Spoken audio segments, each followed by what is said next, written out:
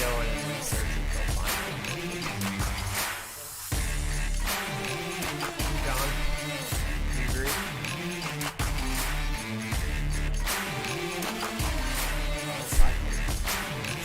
Like a 7-mile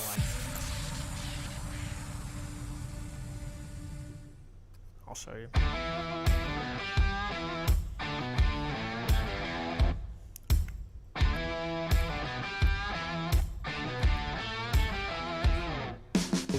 Hey, American Contractor, viewers of the American Contractor Show. I'm here with John Dye at Win the Storm, and I have to tell you, anyone that is associated with American Contractor Show, you are a badass. Big shout out to American Contractor Show. If you don't know, you definitely need to check out the Storm Summit. They're doing it in excellence. Check them out. Hey, what's up? This is your friend, Francisco Serrano. If you haven't checked it out, American Contractor Show, YouTube channel, Facebook channel, Twitter, Instagram, all the platforms, you need to go them, like them, start learning about your craft. Hey, I'm Matt Danskin with Restoration Referral System. Check out the American Contractor Show. The truck that they've got is awesome. Everything else that they have going on. Starts on the front range of highway. So it'll be 100-mile clock tomorrow. Front range. This is Larry Bache with the Foothills. Northern Law Group, helping policyholders for more than 30 years. Like Fort Collins. If you have a claim or your client has a claim that needs help, please feel free to Boulder. call the Northern Law Group. They'll We have are the 70s true in policy Denver, program. maybe 80s. 75 Dodge City, 70. C3 was eager to help us, and even whenever we weren't giving them work, they were still eager to give advice. The things that they were putting out for the changing from DMO to RFG and giving that to the industry and not charging anything for it, I thought was really cool, and that's stuff that I as a contractor appreciate. I'd recommend C3 to any contractor who's looking for a PA, especially if you're around Colorado. Great guys, man. I'm nothing but happy with the work they've done for us.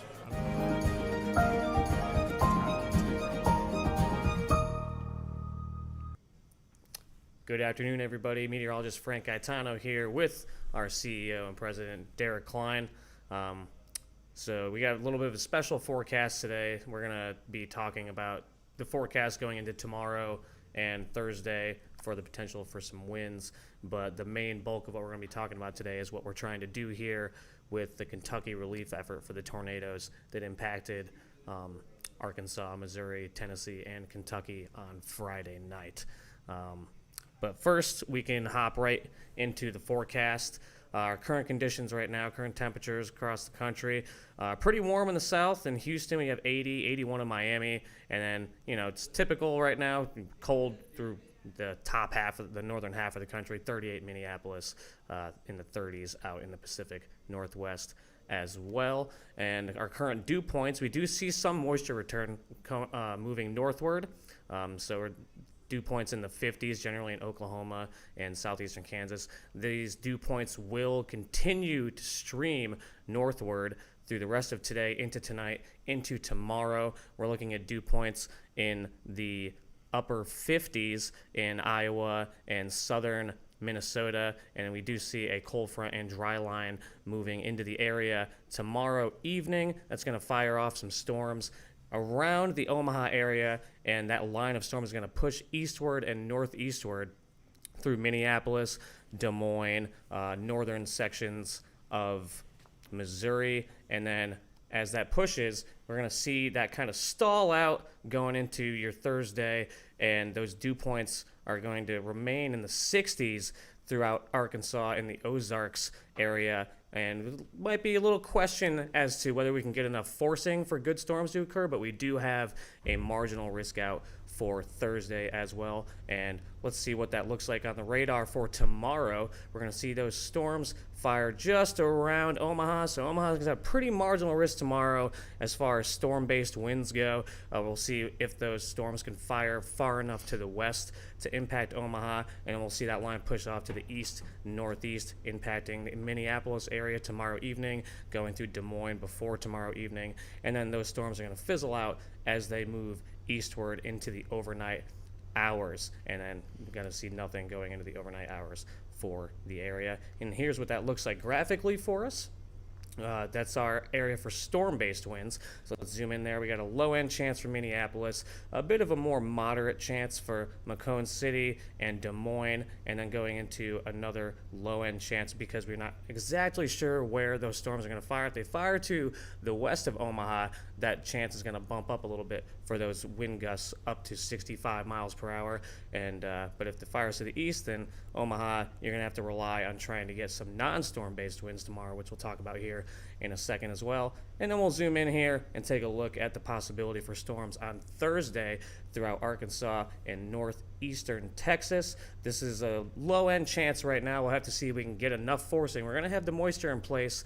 We're going to have the energy in place, but we need to get some good forcing to get those storms to actually do anything and fire off and be impactful for the area. So we also have, what were you talking about? The wind risk throughout the Front Range tomorrow? Yeah, outside of the severe weather winds, there'll be just sunshine and strong winds. So as soon as that dry line comes through, expect to see winds probably stronger than the thunderstorms themselves have. I expect that we will have 100-mile-per-hour winds on the Front Range of Colorado and Wyoming, so right up against the foothills there, and 70 to 80-mile-per-hour winds will extend out from that, so across Denver, 70 to 80-mile-an-hour winds. If you want a swath, there will not be one because everybody will have them. And that'll extend all the way out to a large portion of Kansas, northwest Oklahoma, the Texas Panhandle, most of Nebraska, South Dakota, and Wyoming, probably even Montana as well. So again, in between the dry line and the cold front, and then even again behind the cold front, some really, really high winds. Probably some blizzard conditions, some grass fires. Talking widespread event. Oh, yeah, this is a big storm system that's coming out. If it was May or April, we'd be talking about a major severe weather outbreak to go with it. But trajectory being so far north, the moisture return's just not quite there to really kick off the major high-end severe weather event. But to some extent, to have severe weather in Minnesota in December, that gives you an idea how powerful this system actually is. Yeah. I think we joked about there being severe weather in Minnesota in December, and there actually is going to be. So, Yeah. So it just doesn't happen very often. So, kind of the way this year's gone. Okay, so that covers the forecast portion of this, and like I said, the bulk of this we're going to be talking about what we're trying to do here in terms of the relief effort for the states that were impacted by those tornadoes on Friday, and those places, especially a couple of those towns in Kentucky, a bunch of towns in Kentucky that were pretty much wiped off the map, and it's so sad. I hate to see it, but we need supplies. We have a GoFundMe. There's a link to the GoFundMe in the description to our live video right now. Any donation, if you could spare $1, anything to go to helping these communities, 100% of the proceeds are going to go towards getting supplies and gift cards and things like that people need out there. So anything you can spare as far as that GoFundMe goes, please, these people need our help. Yeah, we even have a match currently underway, meaning if you donate right now to the GoFundMe, it is being matched.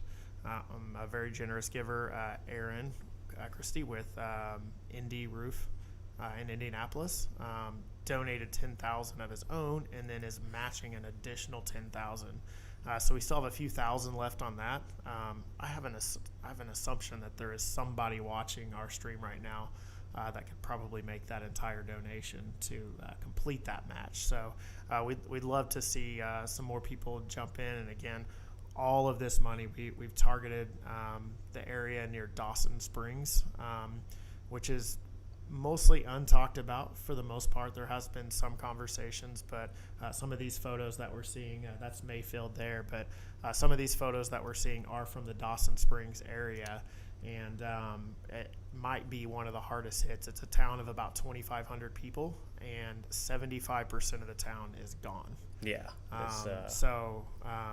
So that's the area that we're targeting with these donations. We got several pallets pallet loads of water delivered yesterday. We've had lots of clothes delivered yesterday, and if you're too far away, the GoFundMe is a great way to contribute to that, because we can get the supplies needed for those. Today, our challenge, which we do a challenge each day. Yesterday was water, and again had several pallets of water brought, several cases brought from different people as well. We had several donations though as well of people saying, "Hey, I want to buy 10 cases of water." We looked it up at Walmart. 10 cases of water is $32, and we had a bunch of people go on to the GoFundMe and they donated $32. So an easy way to give. We'll go purchase the water for you, get it in a trailer, get it to Kentucky where it's needed the most. But today's challenge was children's coats, and kind of an interesting ask when we're talking about tornadoes, because typically tornadoes happen in May. It's not cold. Yep. But Kentucky is a very cold state. These tornadoes happened in December. And just to put the forecast into perspective, they have some great weather outside of rain coming in on Thursday and Friday, but they have some warm temperatures for the rest of this week. Temps in the mid-60s, close to 70. So good weather for the recovery effort. Again, not talking about the rain. The rain will hamper things quite a bit. But as we get into Saturday and Sunday, especially Sunday night, Monday morning, temperatures are going to drop. This cold air is going to come in, and they actually have a chance of snow in the forecast. And so thinking about kids, right, and kids that lost everything that they have, right, like there is nothing left, you can see in these pictures. And so coats, they're going to need coats. And so that's kind of our big drive right now is, can we get coats? So if you're in Oklahoma, you're close by our office, we'd love for you to if you have a really nice, gently used, clean coat, Yes. we'd love for you to bring it up and drop it off. If you don't, we'd love for you to make a Walmart run. Go buy 10 of them. We've been right? getting a lot of clothing donations, but like he was saying, we're not getting a lot of children's coats specifically, because So- like a lot of people, if their kids have outgrown their clothing, they'll donate it before an opportunity like this presents itself to help a specific group of people.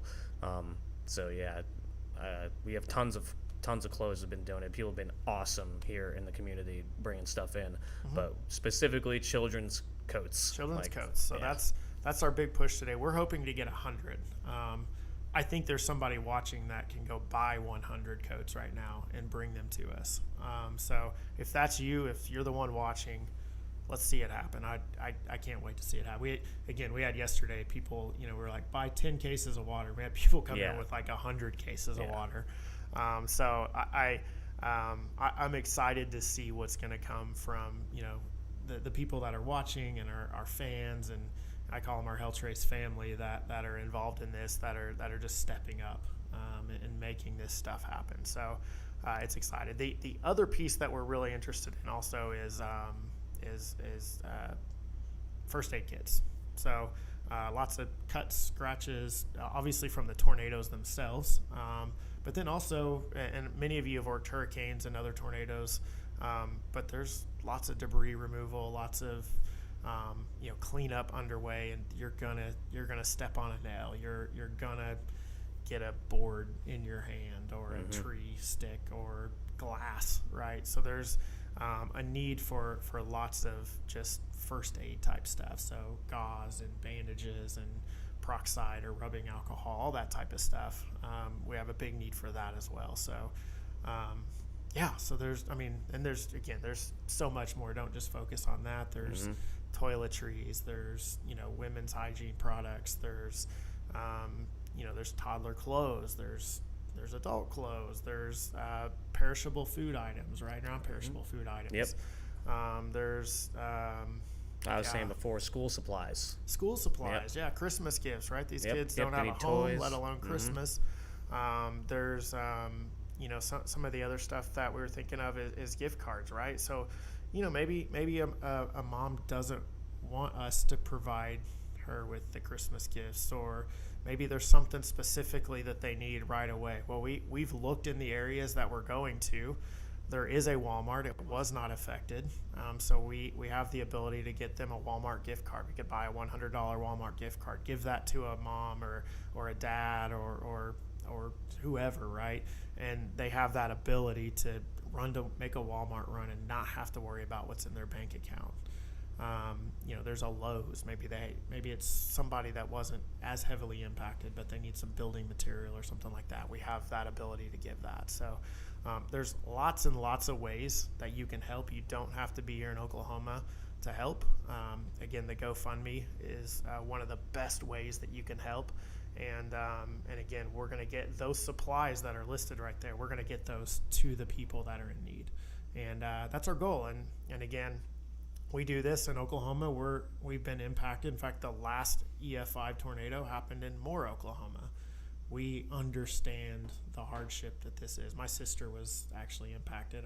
Bobby, our customer success rep, was in the elementary school. Antonio, our customer success rep, was in the last EF5 tornado in the United States. We understand how much work is ahead of these people in Kentucky, and we just want to do our part. Absolutely. I mean, my house burned down in 2013, so I mean, I know firsthand as well. Like, and like, if you think you're not making a difference and it's not worth your time, you're wrong. Because I know from personal experience that when my house burned down, the community stepped up and helped out me and my family, and it honestly meant the world to us. It changed our lives.